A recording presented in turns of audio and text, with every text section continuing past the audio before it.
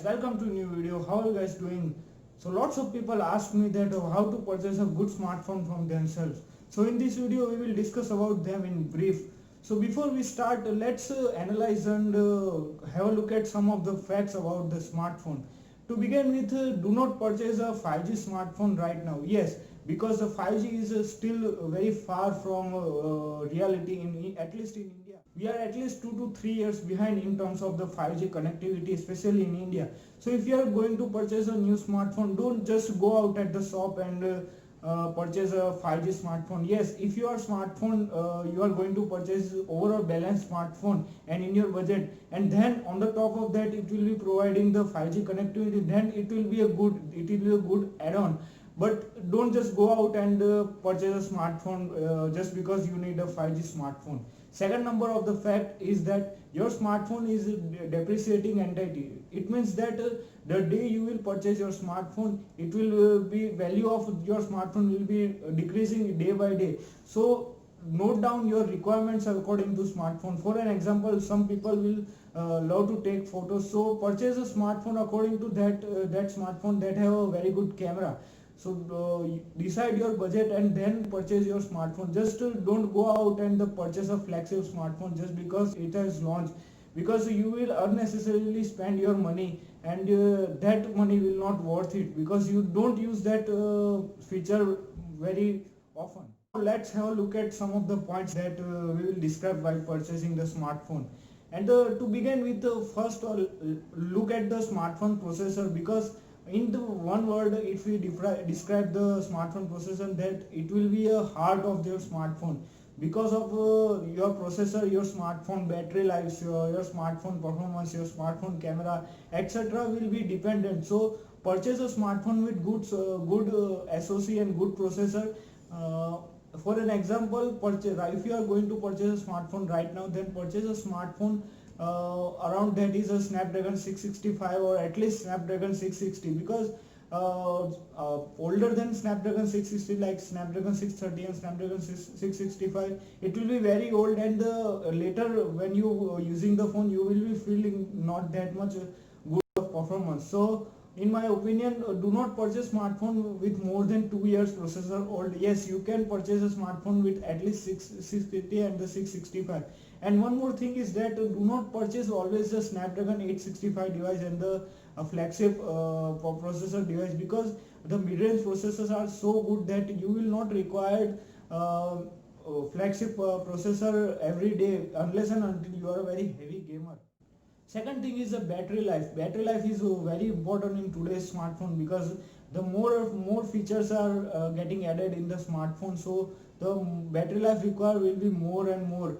And to industry standard, to according to today's requirement, at least 4000 mAh battery is a minimum requirement for the any smartphone users. Normal users, it will be last you for the full day, and on the top of that, if it will have a good fast charging functionality, then it will be very good. For an example, the OnePlus and Realme etc. device supports the 30-watt fast charging. So at least purchase a smartphone with 4000 mAh battery and the 18-watt fast charger. At least 18-watt fast charging capacity is required, because below the 18-watt it will be taking more time to charge your smartphone, at least for the 4000 mAh battery. Thing is the camera, and here is what actually the hypes are created by various brands. So purchase a smartphone with a good camera, and nowadays we are seeing the 64 megapixel, 48 megapixel, and even the 108 megapixel smartphone camera. Yes, that extra megapixel will count, but again purchase a smartphone with a good camera.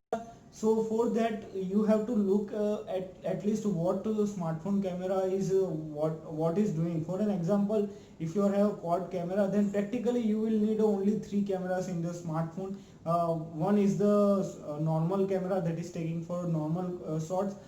Second one is a wide angle lens that is going to have a better field of view, and the third one is the telephoto lens that will be optical zoom. So you can capture the far more detail without losing any picture quality. Here is the sample pictures that you can have an idea. The first one is that normal camera sample. Second one is the wide angle lens, and the third one is that optical zoom. So you can see the difference that optical zoom and the wide angle lens create a more functionality and create a lot more difference.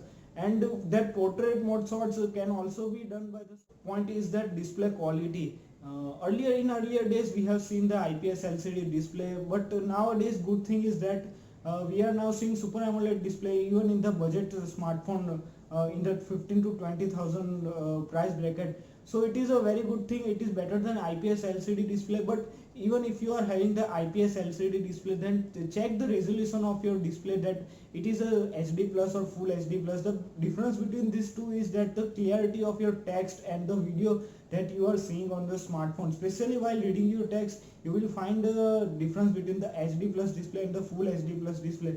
So in my opinion, at least go with the full HD plus display if you are purchasing a smartphone between 15 to 20,000. And if you are purchasing below 10,000, then HD plus display is okay. But again, consider at least the IPS LCD display. Below that, the display quality won't be that much great, and the viewing angles are also not that much great. And also nowadays we are seeing that 90 hertz display and the 120 hertz display. But I am not big fan of this. If you are having a 90 hertz display and a 120 hertz display, then you can use it. But first check that how is the display quality. It should not have any kind of hardware issue and the color shift issue like we are seeing in the past from many brands. Then check it if it have a 90 hertz and 120 hertz display. But the thing is that in the 90 hertz and 120 hertz display, it will consume more power, so you have to be aware of that also. Another point is that build quality. Smartphone nowadays comes with the metallic black back and the glass back, but I personally prefer the metallic back because it will be more durable as compared to glass back, and also it will not attract the fingerprint easily. But again, the glass back looks more attractive. And if you are a person, you are using the smartphone below 10,000 rupees, then you may get the plastic build quality.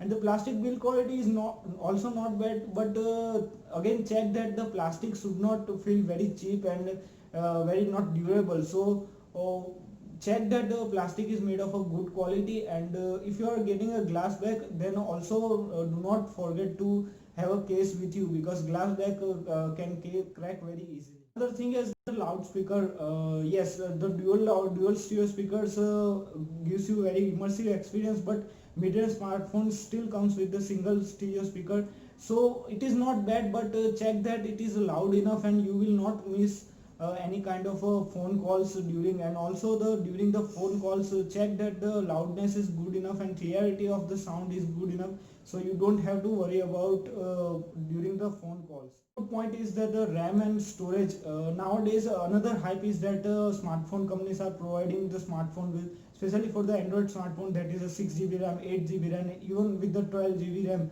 But do note that guys, maximum, if you are not very heavy user, then maximum amount of RAM normal user can have is a 6 GB of RAM, and the maximum that you can get is 12 GB of RAM, but it will be unused in your smartphone memory and you will be paid extra for that. So maximum amount of RAM required is a 6 GB. And check it out that it is a UFS 3 LPDDR4 RAM or LPDDR3 RAM. If it is LPDDR4 RAM, then it will be good. And also in the storage department, check that at least in the mid-range and flagship smartphone, you are getting UFS 3.0 storage.